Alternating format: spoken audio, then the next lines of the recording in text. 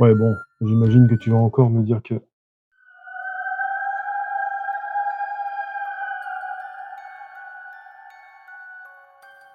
T'es là?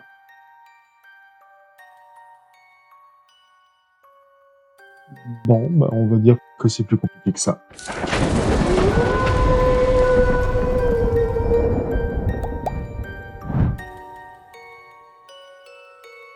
Jack Skellington est le roi de la ville d'Halloween, un monde fantastique où les habitants passent le plus clair de leur temps à fêter cette fête macabre. Malgré son succès et son statut central dans cette célébration, Jack se lasse de la routine qui l'enferme et de la solitude qui l'accompagne. Jack, malgré sa richesse et sa gloire, se détourne de ses proches et sombre peu à peu dans la dépression. Lors de ses errances, il découvre un nouveau monde, celui de Noël, qui l'émerveille. Il décide alors de s'emparer de cette fête pour introduire quelque chose de nouveau dans sa vie et dans son univers. Jack incarne ici une figure en quête de renouveau, lassé des traditions figées de sa ville et de son succès perpétuel. Il cherche à bousculer l'ordre établi en apportant une touche de nouveauté. C'est un rejet des conventions et des traditions rigides, souvent associées à des valeurs de gauche, celles qui prônent la révolte contre l'ordre établi et la recherche de nouvelles formes d'expression.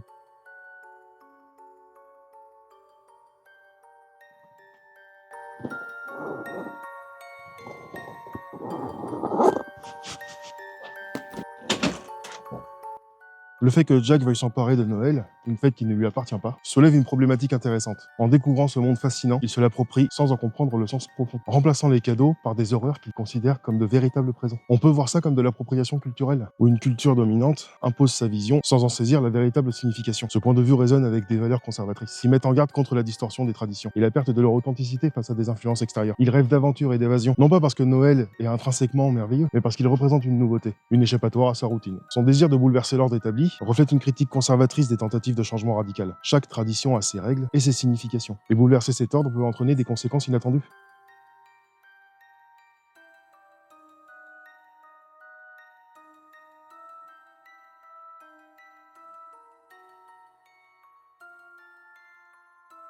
À la fin, Jack comprend que bien qu'il essaie d'échapper à son rôle de roi d'Halloween, il trouve finalement le bonheur en acceptant qui il est. Ce retour à l'authenticité est une critique des changements excessifs et de la quête permanente d'un autre soi. Il incarne une rébellion contre la routine et une quête de renouveau, lassé de la rigidité des traditions d'Halloween qu'il a lui-même contribué à mettre en place. Il cherche à se libérer des structures instaurées pour explorer un nouveau champ des possibles. Bonjour.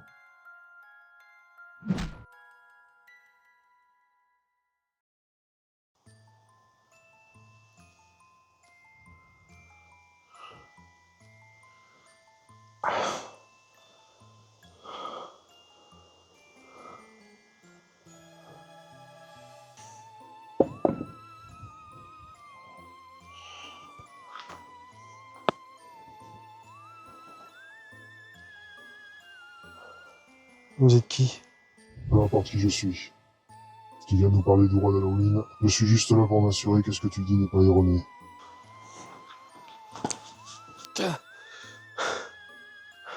Je t'en prie, continue. J'ai perdu le fil. Tu expliquais que Jack essayait de s'émanciper d'Halloween. Ouais. Cependant, en s'appropriant Noël et en l'adaptant sans en comprendre son sens profond, Jack illustre également une forme de domination culturelle, imposant sa vision sur une culture qui ne lui appartient pas. Son individualisme et son refus d'écouter ceux qui l'entourent, préférant foncer tête baissée, reflètent une fermeture d'esprit qui résonne comme des valeurs conservatrices. Finalement, Jack réalise que sa condition n'est pas aussi triste que ce qu'il pensait. En reconnaissant la valeur de son rôle dans le monde, il se réconcilie avec lui-même, accepte ses privilèges et retrouve sa confiance. Il décide alors de sauver le Père Noël et de restaurer l'ordre de la fête de Noël qu'il avait maladroitement bouleversé. Jack apprend à apprécier sa place, trouve la paix et même l'amour. Mais avec une prise de conscience de sa condition. Jack trouve l'amour en une personne qui n'a de cesse d'essayer de lui venir en aide moralement. Une femme qui l'aime non pas pour sa condition de roi d'Halloween, mais pour ce qu'il est au fond de lui. Un être bon et doux, qui a autre chose à offrir que de la peur. Un véritable amour profond. Tout au long du film, son mal-être est dû à sa solitude. Il sait bien qu'il est entouré, mais les gens ne l'entourent que parce qu'il est le roi. Et c'est en ça que Jack se sent seul. Il se sent non aimé pour ce qu'il est, mais pour qui il est socialement. Et ça, pas une fois tu me le mentionnes pendant tout ton discours. Ça, je le sais. C'est pas pour rien que je le dis pas. Explique-toi. Tu vois pas?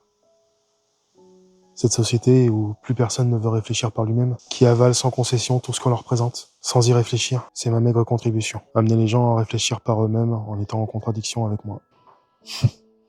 Tu penses vraiment avoir le moindre impact dans leur vie? Oh là, j'ai pas cette prétention. Mais j'en serais malade si je faisais rien. On voit ça comme mon égoïsme à moi. Et puis c'est rigolo. Et puis c'est rigolo. Et puis c'est rigolo. C'est rigolo. La vérité est complexe. Mais... je comprends mieux maintenant. Bon retour chez toi, l'ami. Ah, mais ça va.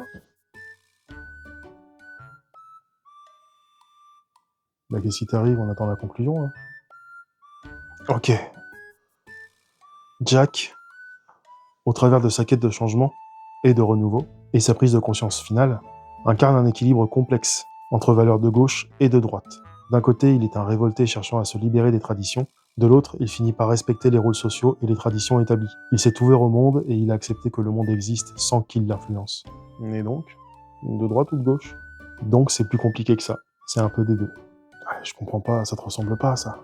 Toi, c'est pas important que tu comprennes. Ce qui est important, c'est que ce soit clair pour eux.